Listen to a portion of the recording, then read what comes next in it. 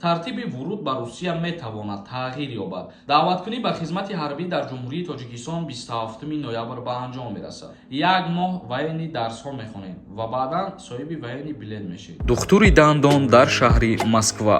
Бародарони тоҷик дар хизмати мову шумо мебошанд. Ҳама намуди бемориҳои дандонро табобат мекунанд. Барои сафед кардани дандон, барои пломба мондани дандон, барои табобат кардани хунукиҳои дандон, ба рақамҳои рӯи экран дар тамос бошед. ҳатман аз номи канали мо муроҷиат кунед. Духтури дандон бо нархи арзон ва дастрас.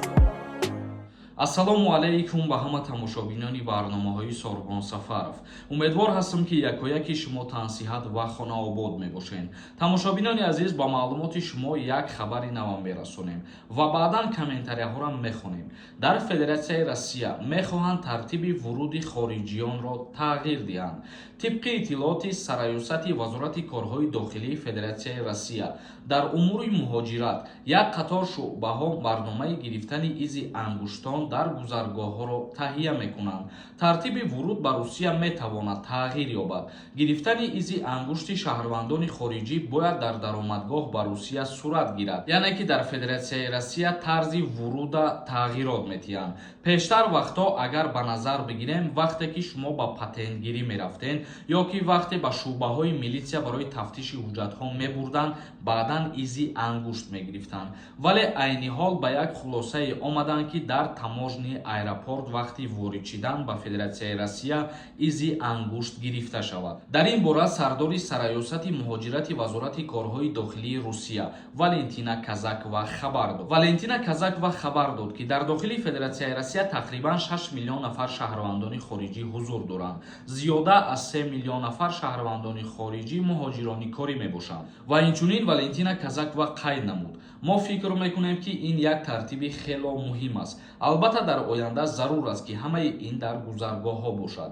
Яъне ки аз граница гузаштан ё ки бо тариқи ҳавопаймо ба фурудгоҳ омадан. Дар ҳамин ҳолатҳо тасмим гирифтанд ки дар тамоми ҷойҳо таможнида изи ангушт гирифта шавад. Мегзарем ба қисми хондани комментарияҳо.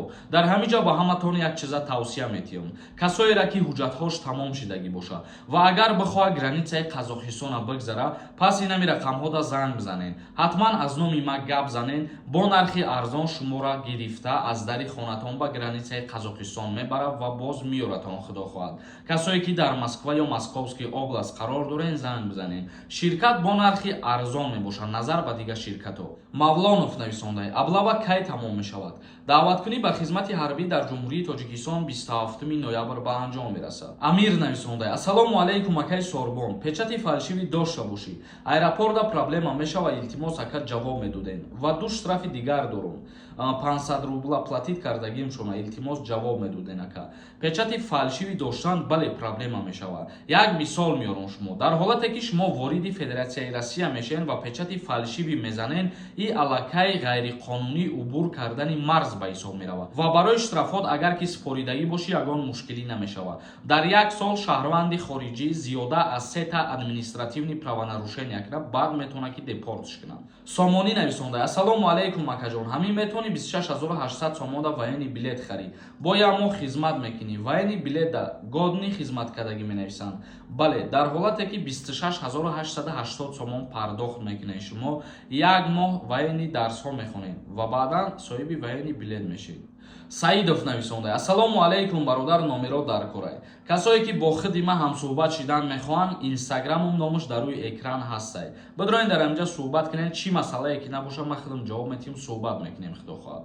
Ака 47 нависондай: ассалому алайкум акай Сорбон, илтимос дар ҳамин савол имкон бошад ҷавоб деҳ. Оё квитансияи пеш супоридаро контролёри барқ ҳақ дора ҳамаша ҷамъ кунад бигира?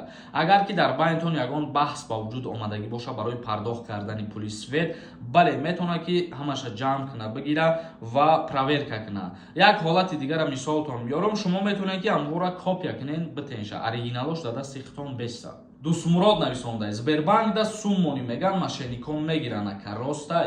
то қадар Сбербанк чиз ба назар намераса. ҳатто дар картаҳои тоҷикира мешава баъзе аз мошенникҳои анҳами худобехабар ҳастае ки ба коди картаи ту мақсад метавонанд суморо синимат кунанд. Зангт мезананд, мисол тра дуруға мекунанд ки ҳозир мо да ту сум мегзаронем, код меоя, ҳамун кода мо да бите. Ва вақте ки шумо ҳамун кода метиҳен, аз дохили картаи шумо ҳамаи сумора мегиранд. Ба ҳамин хотир бо эҳтиёт бошед. Касое ки зангтон мезананд, мегӯянд мо да шумо сум мегзаронем, ҳамин қачиза бидонед ки як сум бе ҳеҷ кас наметиҳатон. Суҳроб нависондаем: ма худат фаҳмидум брат, я бори дигар мегуфтӣ се бача оила даем. Бачаи калони сардори оила бигзарона, мешава падар кори давлатӣ мекунад. Бародари азиз, дар ҳолате сардори оила мекунанд ки падар дар қайди ҳаёт набоша ва модар хонашин боша. Падар шукри худо зиндаву саломат боша, модар кору фаъолият кунад зинда боша, ягон кас сардори оила намекунад шуморо. Фотеҳ нависондай: акай Сорбон салом, дар посольство права мекунанд ё ки не? Правара дар ҷумҳурии Тоҷикистон меои ҳуҷҷат меспорӣ, экзаменоша мегирӣ ва баъдан получат мекунӣ. Тамом. Қадамов нависондай: ту балора намедонӣ. Хай ба фикри та, фикрои тура ман иваз карда наметавонам. Бигзор ки ман ҳеччира намедонам. Бобоҷон Умаров нависондай: салом алейкум ака, сози хубӣ. Агар штраф дошта бошӣ, Тоҷикистон рафтанда ғам наметан агар платид накарда. Дар ҳолате ки пардохт намекунӣ, запрет на въезд карда метавонанд, яъне депортат мекунанд. Холназар нависондай: акай Сорбон охири билет то чандай? Билетои конкурс ҳамагӣ 4000 дона мебошад ва ҳозирашда мо қариб 2000 дона билет фурӯхтагием, 50% билетҳо рафтагианд. Ҳамин ҳамаша ки фурӯхтаем, финала аниқ мекунем. Сабр кунем, тамом. Як каси дигар нависондай: ассалому алейкум ака, як савол доштам. Мо акаву додарем. Агар бачаи калонӣ дар оила хича сардори оила гузарона, аблава намебараша? Касое ки официална сардори оила хичона ба қайд гирифтагӣ ҳастанд ва ҳуҷҷат доранд, даъват намешаванд ба хизмат. Раҳимов нависондай: ассалому алейкум ака, ма як писар наздикида Тоҷикистон рафтанем, мара хизмат мебаранд. Касоерам ки як фарзанд мебошанд, даъват намешаванд ба хизмат. Маҳамадов нависондай: ака, барои ду одам чанд сум боша ки 2 ҳафта дам бигирӣ? Яъне дар Дубай дар назар дора, и вобаста аз расходи худтон мебошад. Мисол 2 одам метавонанд ки дар як моҳ 2000 доллар расход кунанд.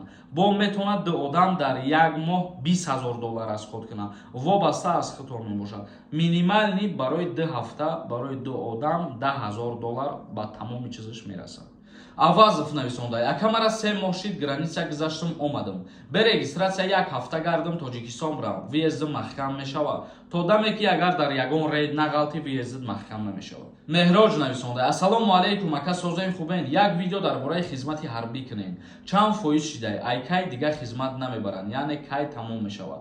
Ман фикр мекунам дар ин бора видео кардани ман шарт ва зарур нестай, чунки ҳар рӯз ман дар видеоҳо мефаҳмонам оидаи масъала, лекин агар шумо бихоҳед бо алоҳида видео кунам оиди хизмат, фикротона дар комментария бинависонед. Тамошобинони азиз, ба ҳамин барномаи имрӯзара ҷамъбаст мекунем. То барномаҳои дигар, худованд ҳамаи мо шуморо нигаҳбон бошад.